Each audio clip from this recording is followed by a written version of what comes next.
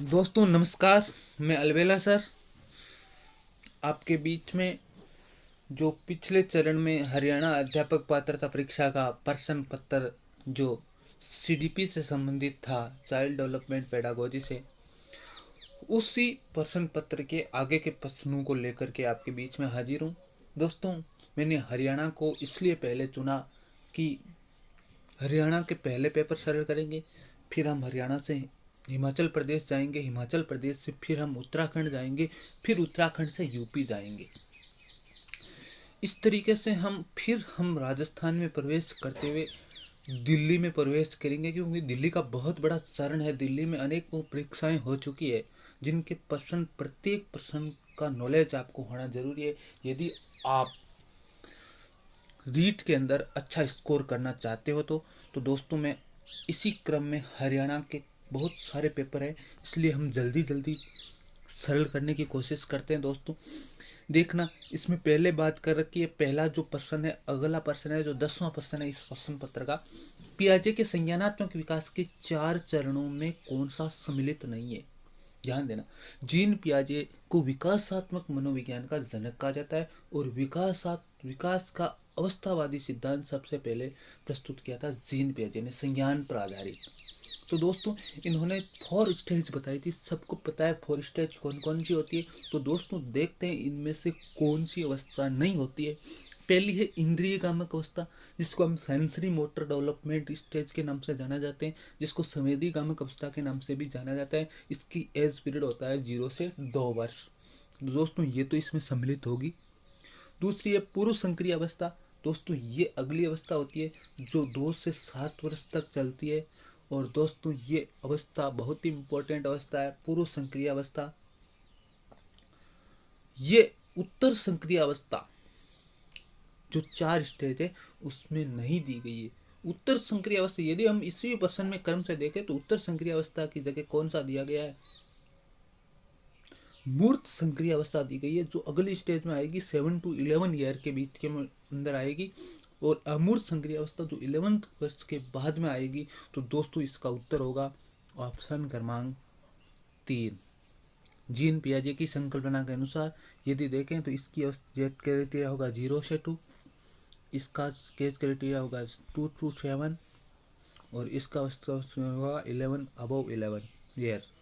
तो दोस्तों इस तरीके से हमने विकासात्मक मनोविज्ञान की 4 अवस्थाएं दी थी जो संज्ञानवाद पर आधारित थी, जिसने दी थी जीन पियाजे ने, जिसको हम इंद्रिय कामक अवस्था, पूर्व संक्रिय अवस्था, मूर्त संक्रिय अवस्था या अमूर्त संक्रिय अवस्था, जिसको अनेक नाम और भी प्रचलित है।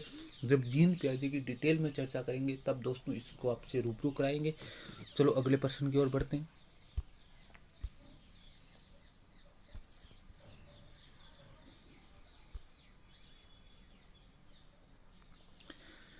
निम्नलिखित में से कौन सा कथन सही नहीं है। 4 कथन आपको प्रस्तुत कर रहा है पेपर सेटर और इनमें से गलत कथन को आपको निकालना है। ध्यान देना, विकास और वृद्धि एक दूसरे के पर्यायवाची है। दोस्तों बहुत इंपॉर्टेंट, यहाँ 2 फैक्टर्स की बात आ रही है, एक डी फैक्टर की और एक जी फैक्टर की। मैंने कहा था कि विकास क्या होता है, बहुपक्षीय होता है और उसका एक पक्ष होता है शारीरिक पक्ष, जिसको मैं किसके नाम से जानता हूँ, ग्रोथ या विवृद्धि या वृद्धि के नाम से जानता हूँ। तो दोस्तों यदि विकास में वृद्धि सम्मिलित है तो ये पर्यायवाची कैसे हो सकते हैं, एक दूसरे के समान कैसे हो सकते हैं, नहीं हो सकते नहीं। तो दोस्तों ये पहले ही क्या हो गया, गलत हो गया। अतः निश्चित रूप से उत्तर तो हमारा यही होगा। लेकिन चलो हम अगले 4 ऑप्शन से जो मनोविज्ञान के अंदर अनेक कॉन्सेप्ट बनते हैं उनको समझने की कोशिश करते हैं, क्योंकि कभी कभी क्या होता है कि ऑप्शन से भी प्रश्न बना करके दूसरी अध्यापक पात्रता परीक्षाओं के अंदर क्या कर दिया जाता है, पुटअप कर दिया जाता है। तो दोस्तों उत्तर तो निश्चित रूप से ऑप्शन क्रमांक 1 होगा। लेकिन चलो अगले ऑप्शन की बात करते हैं हम। विकास एक सतत प्रक्रिया है। ध्यान देना, विकास लगातार चलता है, लेकिन दर के अंदर क्या पाई जाती है, विविधता पाई जाती है। और दर में 2 प्रकार की विविधताएं पाई जाती है, एक तो आवधिक और दूसरी व्यक्तिक विविधता पाई जाती है। आवधिक का मतलब क्या है कि विकास की दर शिशुअवस्था में कुछ अलग होगी, बाल्यावस्था में कुछ अलग होगी और किशोरावस्था में कुछ अलग होगी।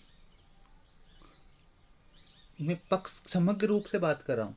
और दूसरी व्यक्तिगत मतलब एक व्यक्ति से दूसरे व्यक्ति के अंदर भी क्या कहेगी, विकास की दर में विभिन्नता पाई जाती है। चाहे उसका कोई भी पक्ष देख ले, चाहे शारीरिक देख ले, चाहे मानसिक देख ले, चाहे नैतिक देख ले, चाहे चारित्रिक देख ले, उसके प्रत्येक पक्ष के अंदर व्यक्तिगत रूप से क्या पाई जाती है, विविधता पाई जाती है। और आवधिक रूप से भी क्या पाई जाती है, विविधता पाई जाती है। जैसे स्वास्थ्य में शारीरिक विकास क्या होता है, बहुत अधिक होता है, लेकिन मानसिक विकास की दर कम रहती है। तो दोस्तों ये आवधिक और व्यक्तिगत रूप से दर में विविधता पाई जाती है। दोस्तों इस कथन को इम्पोर्टेंट रूप से याद रखना। वर्दी विकास का ही एक भाग है, वर्दी विकास का ही एक भाग है। मैंने कहा था ना, विकास का एक पक्ष, विकास बहुपक्षीय होता है, पहले ही बता दिया था। विकास का एक जो शारीरिक पक्ष होता है उसको मैं किस नाम से जानता हूँ, वृद्धि, विवृद्धि या ग्रोथ के नाम से जानता हूँ। विकास कार्य क्षमता, कार्यकुशलता और व्यवहार में आने वाले गुणात्मक परिवर्तनों को प्रकट करता है। इस लाइन को है जैसा का जैसा ध्यान रखना। विकास कार्य क्षमता, कार्यकुशलता और व्यवहार में आने वाले गुणात्मक परिवर्तनों को क्या करता है, प्रकट करता है। लेकिन वृद्धि के लिए बात होती है तो कार्य क्षमता, कार्यकुशलता और व्यवहार में आने वाले मात्रात्मक परिवर्तनों को प्रकट करती वृद्धि। तो दोस्तों विकास गुणात्मक होता है और वृद्धि क्या होती है, मात्रात्मक होती है। तो उत्तर कौन सा होगा, ऑप्शन क्रमांक 1, 11 का उत्तर होगा ऑप्शन क्रमांक 1। दोस्तों अगले प्रश्न की ओर बढ़ते हैं। निम्न में से कौन सी एक नैतिक आदत नहीं है, मतलब अच्छी आदत, नैतिक का मतलब अच्छी, जो समाज में हमें मनुष्य को मनुष्य बन करके रहने में लाइक सिखाए। दोस्तों आपने सोचा देखा होगा, पहले हमारे एक सब्जेक्ट चलता था नागरिक शास्त्र। वो नागरिक शास्त्र में पूरी की पूरी बातें नैतिक होती थी कि बड़ों का सम्मान करना है, अच्छी आदतों का विकास करना है, धार्मिक आयोजनों में सम्मिलित होना है, धर्म की जो अच्छी अच्छी बातों को ग्रहण करके चलना है, और संसद को किस तरीके के कानून बनाने हैं या पंचायती राज को किस तरीके के कानून बनाने हैं जो जनता के लिए हितैषी हो। तो दोस्तों नैतिक विकास का मतलब होता है अच्छी आदतें।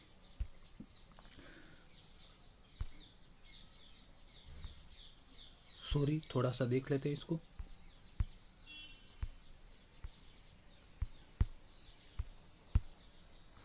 थोड़ी सी प्रॉब्लम, कोई बात नहीं। नैतिक आदत नहीं है सत्य बोलना, अच्छी आदत है तो होगी। सहानुभूति रखना, किसी के प्रति क्या रखना, शोविंग सिंपैथी, मतलब किसी के प्रति क्या रखना, सहानुभूति रखना, दर्द को दर्द समझना और दुख को दुख समझना, ये आदत होती है, उसको सहानुभूति कहते हैं। जीवों पर दया करना नैतिक आदत है।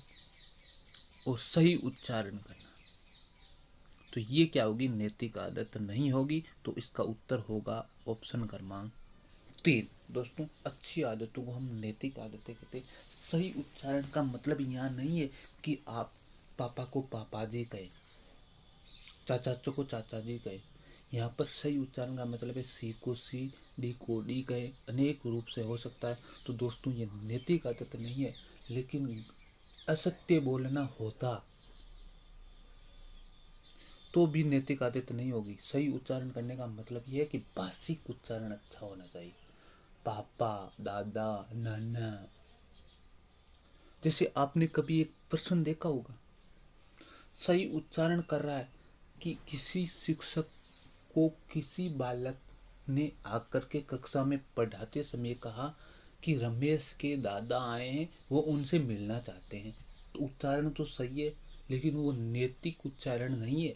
दोस्तों यदि वो कहता कि रमेश के दादाजी आए हैं और रमेश से मिलना चाहते हैं, तो दोस्तों ये सही उच्चारण का मतलब ये नहीं होता कि हम नैतिक रूप से क्या है, सही है। क्योंकि सही उच्चारण का अर्थ ये भी हो सकता है उच्चारण तो सही है लेकिन वो नैतिक रूप से सही नहीं है। क्योंकि वो यदि कहता कि रमेश के दादाजी आए हैं, रमेश से मिलना चाहते हैं, कई कई बार कहते हैं, हम जब मारवाड़ी में कहते हैं कि हितेश वालों पापा आयो है, मिलना चाहते हैं, हितेश वालों पापा आ गया गुरुजी, हितेश मिलना चाहे, तो आप कहीं करा उसको बोलेंगे बच्चे को कि आप ऐसा नहीं कहेंगे हितेश के पापा जी आए और हितेश से क्या करना चाहते हैं, मिलना चाहते हैं। हितेश वालों बाप आयो है घनी घनी बार, तो यहाँ अगली बात हो जाएगी, एक बार क्लास के मान यहाँ अगली बात हुई। तो मतलब उच्चारण तो सही है, लेकिन सही उच्चारण का मतलब आदत कभी भी नैतिक नहीं हो सकती है। ये ध्यान रखना, उचित भाव से बोलना, बड़े को बड़े के भाव से, छोटे को छोटे को भाव से बोलना, तो ये होती है नैतिक आदत। सही उच्चारण सही होने का अर्थ में यहाँ पर अलग रूप से लेना है आपको।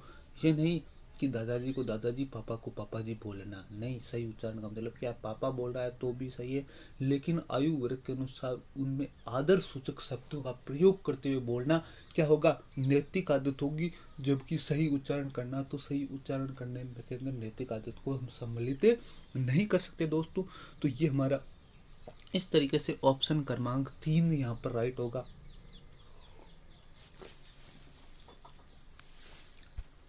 चलो हम अगले प्रश्न की ओर चलते हैं।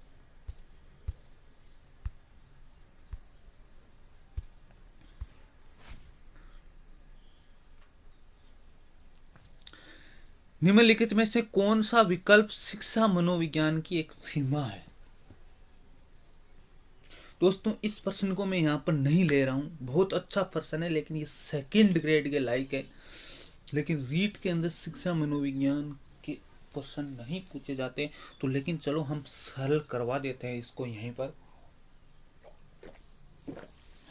पहले मैं बता दूं कि रीट में शिक्षा मनोविज्ञान से संबंधित कोई भी प्रश्न नहीं पूछे जाते हैं। आधारभूत प्रश्न, जीडीपी से संबंधित प्रश्न पूछे जाते हैं। विकल्प मनोविज्ञान की एक सीमा है, मतलब उस अवस्था का ज्ञान, सीमा का मतलब होता है उस बाउंड्री तक ज्ञान होना जरूरी है। बाल विकास की विविध अवस्थाओं का ज्ञान होना जरूरी है। कक्षा की समस्याओं का समाधान करती है मनोविज्ञान। बाल केंद्रित शिक्षा, बालक केंद्रित शिक्षा की ओर बढ़ गई है, लेकिन व्यक्तिगत विविधताओं की समस्या आ रही है शिक्षा मनोविज्ञान। सबसे बड़ी बात है, शिक्षा मनोविज्ञान अभी भी अनसुलझी पहली में है कि हम जो अधिक प्रकार के कक्षा के अंदर वो व्यक्तिगत विभिन्नताएं मिलती है, उससे हम कैसे निपटें, अभी भी इसमें प्रयोग चल रहे हैं। बहुत सी प्रयोगों की संभावना है, क्योंकि बालक अनेक प्रकार के विकारों से ग्रसित होकर के आता है, और उनसे निपटने के लिए लगातार जो व्यवहारात्मक मनोविज्ञान है, जो चिकित्सा मनोविज्ञान है, वो नए नए नित्य नए प्रयोग कर रहा है। तो दोस्तों ये क्या होगी, मनोविज्ञान की क्या होगी, एक सीमा होगी। तो ऑप्शन क्रमांक 4 होगा। ये रीट के लायक प्रश्न नहीं है दोस्तों। चौथा, 14वां प्रश्न दोस्तों पढ़ते हैं हम आगे। निम्नलिखित में से कौन सा विकल्प अधिगम के संबंध में सही नहीं है? दोस्तों यहाँ पर बात की जा रही है लर्निंग की, फिर से बात की जा रही है, क्योंकि लर्निंग बहुत अधिक महत्वपूर्ण टॉपिक है। अधिगम समायोजन है। आपने स्किनर की परिभाषा पढ़ी होगी, व्यवहार में उत्तरोत्तर सामंजस्य की प्रक्रिया क्या कहलाती है? अधिगम कहलाती है या लर्निंग कहलाती है? तो दोस्तों अधिगम क्या है? समायोजन है। अच्छी बात है। अधिगम विकास की प्रक्रिया है, अधिगम परिपक्व होता है। अधिगम के जब हमने मूलभूत सिद्धांत पढ़े हैं, तो अधिगम विकास की प्रक्रिया है, अधिगम क्या है? परिपक्वता है। लेकिन अधिगम को एक संकुचित अर्थ में जो मनोविज्ञान पहले देखते थी कि अधिगम सिर्फ ज्ञान प्राप्ति है, नहीं, ज्ञान प्राप्ति से आगे उस ज्ञान को व्यवहार के रूप में, व्यवहार में उत्तरोत्तर प्रगति, व्यवहार के कारण व्यवहार में परिवर्तन, ये जो स्थायी परिवर्तन आते हैं उसको अधिगम कहते हैं। तो इसका ऑप्शन क्रमांक 2 राइट होगा दोस्तों। यहाँ पर अधिगम विकास भी होता है, अधिगम परिपक्वता भी होती है। परिपक्वता और अधिगम के संबंध के बारे में हमने पहले प्रश्न में ही, इसी प्रश्न पत्र की बहुत अधिक चर्चा की थी। अधिगम विकास की प्रक्रिया होती है, क्योंकि अधिगम में जब नए व्यवहार सीखते हैं तो विकास के अनेक पक्ष क्या होते हैं, मजबूत होते जाते हैं, और अधिगम व्यवहार में उत्तरोत्तर सामंजस्य की प्रक्रिया है। तो दोस्तों ये कॉन्सेप्ट बेस्ट प्रश्न था, जिसको हमने यहाँ पर सरल करने की कोशिश की। तो इसका उत्तर होगा ऑप्शन क्रमांक 2। चलो दोस्तों अगले प्रश्न की ओर बढ़ते हैं। केस अध्ययन विधि बहुत अधिक अच्छी बात है। केस अध्ययन विधि वैज्ञानिक विधि भी है, सरल और सस्ती विधि भी है, कारण और समस्याओं का निदान करती है। ये जटिल नहीं होती, सरल होती है। केस अध्ययन का मतलब है उस मौके पर जाकर के किसी समस्या का समाधान करना। वैज्ञानिक विधि है, सरल व सस्ती विधि है, यह कारण पता लगाने समस्याओं का निदान करती है। तो दोस्तों उत्तर होगा ऑप्शन क्रमांक 3। केस अध्ययन विधि के बारे में अलग से आपके वीडियोस आएंगे दोस्तों, उसमें अच्छी तरीके से समझाया। बहुत सी अधिक विधियों के बारे में मैंने अनेक प्रकार की सामग्री समाहित कर रखी है, लेकिन दोस्तों आपकी सक्रियता क्या होनी चाहिए, लगातार बढ़नी चाहिए। कक्षा 3 के विद्यार्थियों के लिए लिंग शिक्षण का सबसे अच्छा तरीका कौन सा होगा। यहाँ पर बात की जा रही है कक्षा 3, और कक्षा 3 के अंदर बात होती है जब 8 या 7 वर्ष का बालक होता है। दोस्तों देखा जाए तो अनुमान 8 या 7 साल का बालक होता है।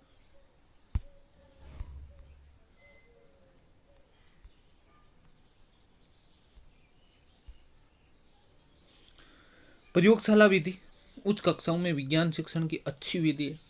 समूह वार्तालाप, क्योंकि अभी देखना गैंग एज में नहीं आया, गैंग एज होती है उत्तर बाल्यावस्था। व्याख्यान विधि, आपको पता है कि उच्च कक्षाओं में सामाजिक विषयों को पढ़ाने के लिए व्याख्यान विधि काम में ली जाती है। तो दोस्तों कौन से होंगे, सृजनात्मक क्रियाकलाप। मुखौटा बनाना दे दिया, किसी चक्कर के माध्यम से खेल सिखा करके हम क्या करते हैं, नए प्रयोग करते हुए क्या कर रहे हैं, उसको सम या विषम का ज्ञान करवा रहे हैं। गोल घेरे के माध्यम से हम क्या करवा रहे हैं, उनको शब्दों के उच्चारण का ज्ञान करवाते हैं। तो सृजनात्मक क्रियाकलाप या क्रिएटिव जो एक्सपोर्ट होंगे या वर्कशॉप होगी जितनी भी हमारे स्कूल के अंदर, उनको हम क्या कहेंगे, किस में शामिल करेंगे, अच्छे तरीकों में शामिल करेंगे। क्योंकि बच्चे क्या करते हैं, क्रिएटिव रूप से सीखने के अंदर होते हैं। दोस्तों एक ध्यान रखना, जितनी अधिक सृजनशीलता बचपन में पाई जाती है, उतनी अधिक सृजनशीलता यौवन अवस्था या प्रौढ़ अवस्था में नहीं पाई जाती है। कभी कभी देखना कि बच्चे क्या करते हैं, बचपन के अंदर नाव बना लेते हैं, मुखौटा बना लेते हैं, कोई और सामग्री बना लेते हैं, जैसे चिड़िया के घोंसले की आकृति बना देते हैं, और कभी कभी क्या करते हैं, एरोप्लेन बना करके टीचर पर फेंकते हैं। तो किन दोस्तों कभी कभी क्या करते हैं, अनेक प्रकार की सुंदर सुंदर घर घर बनाते हैं बरसात के दिनों में। लेकिन दोस्तों आयु के साथ में सृजनशीलता का नकारात्मक संबंध पाया जाता है। जैसे जैसे आयु बढ़ती है वैसे वैसे सृजनशीलता क्या होती है, बहुत कम होती जाती है। लेकिन बहुत इम्पोर्टेंट रूप से ध्यान देना, जब तक अभ्यास में नहीं लाया जाएगा सृजनशीलता को, तब तक वो क्या होगी, नीचे गिरती जाएगी। तो दोस्तों आयु के साथ में सृजनशीलता का कैसा संबंध पाया जाता है, नकारात्मक संबंध पाया जाता है। बचपन में ज़्यादा सृजनशील होता है, जबकि आयु बढ़ती है वैसे वैसे उसकी सृजनशीलता का विलोप होता जाता है। ध्यान देना, कहते हैं कि जो बचपन में सीखी गई बातें हैं, जितनी सीख ले उतनी सीख लो आप, उसके बाद में कुछ भी नहीं होने वाला। उसके बाद में तो यही होने वाला है, बस चलो ये सांसारिक जीवन आ गया, आज ये करना है, आज वो करना है, इसमें पड़ जाओगे आप। नई चीज़ें जो सीखनी है आपको इसी उम्र में सीख लो आप। तो दोस्तों बहुत इम्पोर्टेंट रूप से बात की जाए दोस्तों, अगला प्रश्न है 17वां प्रश्न। दोस्तों निम्न में से कौन सी बालक की एक मनोगत्यात्मक गतिविधि नहीं है। मनोगत्यात्मक मतलब लोकोमोटर, साइकोमोटर या लोकोमोटर, जिसके अंदर मांसपेशियों की हलचल होती है। मनोगत्यात्मक बातें ही आपको बेस मांसपेशियों पर जाना है, शरीर की गतिशीलता पर जाना। गत्यात्मक का मतलब होता है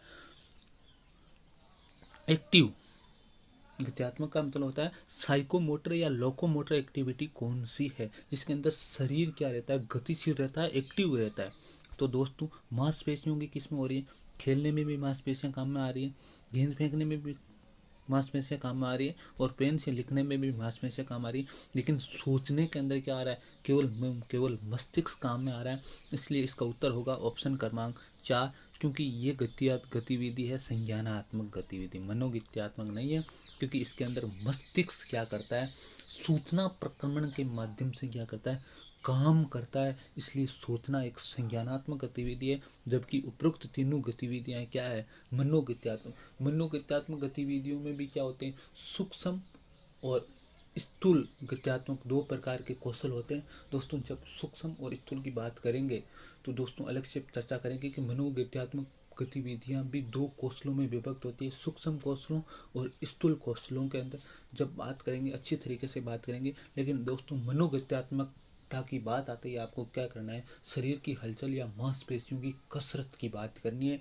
मनोगत्यात्मकता का अर्थ ये होता है कि शरीर कितना एक्टिव रह रहा है, शरीर की मांसपेशियां कितनी काम कर रही है, शरीर की इंद्रियां कितनी काम कर रही है।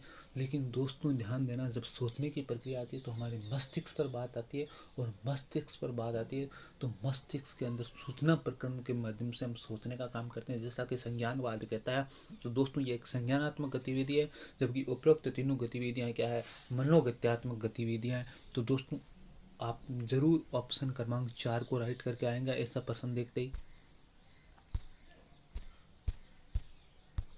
चलो हम अगले प्रश्न की ओर चलते हैं।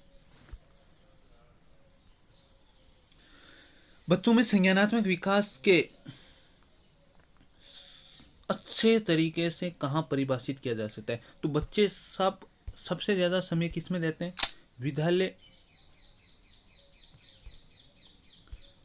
बच्चे सबसे ज़्यादा समय किस में देते हैं? विद्यालय और कक्षा में देते हैं।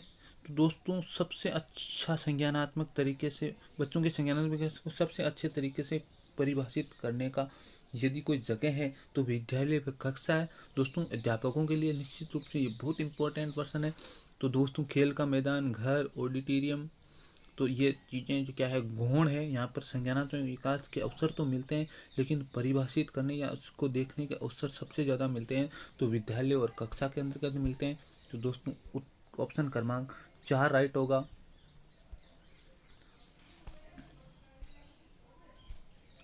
निम्नलिखित में से कौन सा बुद्धि लब्धि संबंधी विशेषताओं में, बुद्धि की जो सारणी बनाई थी उसमें अनेक प्रकार की संरचना दी, औसत बुद्धि वाले, बुद्धिमानी, मंद बुद्धि, जड़ बुद्धि, ये अनेक प्रकार की। तो औसत बुद्धिमान भी आते हैं, बुद्धिमान इंटेलिजेंट भी आते हैं, और मंद बुद्धि वाले आते हैं, स्लो लर्नर भी आते हैं। तो दोस्तों कला में रुचि क्या एक बुद्धिमत्ता का प्रकार नहीं है। तो ऑप्शन क्रमांक 3 यहाँ पर राइट होगा। सीधा सीधा देखते ही क्या हो रहा है, राइट हो रहा है, तो आपको बिना किसी देरी के क्या करना है, सही करके आगे बढ़ना है। दोस्तों इस प्रश्न पत्र के दूसरे चरण का ये अंतिम प्रश्न जो बहुत ही इम्पोर्टेंट है और इस पर हम चर्चा कर रहे हैं। बौद्धिक विकास को प्रभावित करने वाला सबसे महत्वपूर्ण कारक कौन सा है? ध्यान देना, बहुत ही इम्पोर्टेंट रूप से। वैसे तो सारे के सारे ही यूरी ब्रांड को देखें तो सारे के सारे ही विकास को प्रभावित करने वाले मंडल में सम्मिलित होते हैं। परिवार का वातावरण, विद्यालय का वातावरण, पास पड़ोस का वातावरण और सांस्कृतिक वातावरण, सारे के सारे यूरी ब्रांड के जब मंडल सिद्धांत को देखें तो सारे के सारे सम्मिलित होते हैं। लेकिन दोस्तों इनमें से सबसे ज़्यादा महत्वपूर्ण होता है बौद्धिक वातावरण को यदि सबसे ज़्यादा प्रभावित करता है। तो दोस्तों यहाँ पर आपके बात किसके बारे में की जा रही है? बच्चे के बारे में बात की जा रही है। यदि बुजुर्ग के बारे में बात की जाती तो अलग चीज़ें होती। तो विद्यालय का वातावरण क्या होता है, बालक के बौद्धिक विकास को सबसे इम्पोर्टेंट रूप से मदद करता है। तो दोस्तों कभी भी आप ऐसे पर्सन हैजे से जैसे के उठ कर आएंगे, कभी भी गलत करके मत आ जाना भूल भरोसे में भी कि परिवार का वातावरण लगा करके आगे कि परिवार में ज़्यादा टाइम बिताता है, नहीं, विद्यालय से। क्योंकि विद्यालय क्या है, समाज का लघु रूप है। विद्यालय समाज का क्या है, एक दर्पण है, आईना है। विद्यालय को समाज के रूप में विकसित करने की जो आधुनिक शिक्षा की सोच है उस पर चलता है। तो दोस्तों जैसा विद्यालय में देखेगा वैसा ही व्यवहार करेगा, उसकी बौद्धिक उन्नति उसी प्रकार से होगी। क्योंकि विद्यालय के प्रयोगों को वो घर पर इम्प्लीमेंट करता है, जबकि घर के प्रयोगों को वो क्या करता है, विद्यालय में इम्प्लीमेंट करता है। लेकिन दोस्तों अधिकांश समय विद्यालय में बिताने के कारण से यदि सबसे ज़्यादा प्रभावित करेगा तो वो विद्यालय का वातावरण प्रभावित करेगा। चलो दोस्तों आज के ये 10%, अब नेक्स्ट 10% हम अगले वीडियोस में शामिल करेंगे। दोस्तों वीडियो कैसा लगा, एक बार वीडियो छोड़ने से पहले लाइक ज़रूर कर दे, शेयर ज़रूर कर दे, और कमेंट बॉक्स में कमेंट ज़रूर करें कि किस प्रकार से और हमारे अंदर क्या करना है, सुधार लाना है। दोस्तों कमेंट के बिना आपका वीडियो देखना या मेरा संप्रेषण कभी भी सफल नहीं होगा। क्योंकि कमेंट देख करके आप बताएं, खुले दिल से बताएं, आपके विचार स्वतंत्र रूप से आमंत्रित है। विचारावेश का ये चैनल है, बहुत बड़ा चैनल है ये। तो दोस्तों आप किस तरीके से देखते हो वीडियो को, और इससे हमें ये पता चलता है कि आप पूरा देखते हो या नहीं देखते हो। तो दोस्तों इस तरीके से मैं अलबेला सर आपसे इसी आशा से आज की वीडियो से विदा लेता हूँ। कल सुबह आपसे पुनः मुलाकात होगी शेष रहे 10 प्रश्नों के साथ में। दोस्तों यदि हम किसी भी प्रश्न पत्र को 3 पार्ट में सरल करेंगे तो उसकी क्या होगी, जो सैद्धांतिक चीज़ें हैं उसके ऑप्शंस में जो आ रही है वो अच्छी तरीके से सरल हो जाएगी। और दोस्तों वो आपके लिए आगामी परीक्षाओं के अंदर क्या होगी, बहुत ही महत्वपूर्ण साबित होगी। तो दोस्तों मैं अलबेला सर आपसे इस वीडियो से विदा लेता हूँ। आप भी इस वीडियो से विदा लेते समय एक बार लाइक ज़रूर कर दीजिएगा और एक बार एक शेयर ज़रूर कर दीजिएगा, क्योंकि आप जब पीछे अंगुली लगा रहे हो मोबाइल के तो थोड़ा सा एक आप क्या करोगे, लाइक वाले बटन पर भी अंगुली लगा दो, तो दोस्तों हमारा भी मनोबल बढ़ जाए। तो दोस्तों आपसे विदा लेता हूँ मैं अलबेला सर। आप अच्छे रहें, आप अच्छे तरीके से तैयारी रहे, और जो भी प्रत्याशी सरपंच पद के लिए निर्वाचित हुए हैं कल के प्रथम चरण के चुनाव में, उनको मेरी सबसे प्यार भरी शुभकामनाएं। और जो भी हारे हैं उनको लगातार जीवन में उत्तरोत्तर संघर्ष करने की आशा मेरी इस YouTube चैनल के माध्यम से। तो दोस्तों मैं विदा लेता हूँ इस YouTube से चैनल से आपसे इसी आशा के साथ में। दोस्तों आप वीडियो से लौटते समय आप क्या करने ना, कमेंट जरूर करना, लाइक जरूर करना और इसको शेयर जरूर करना। अपनी कलम अपनी आवाज़ चैनल यूं ही आपका साथ निभाता रहेगा। दोस्तों इसी आशा के साथ में मैं इस वीडियो से विदा लेता हूँ।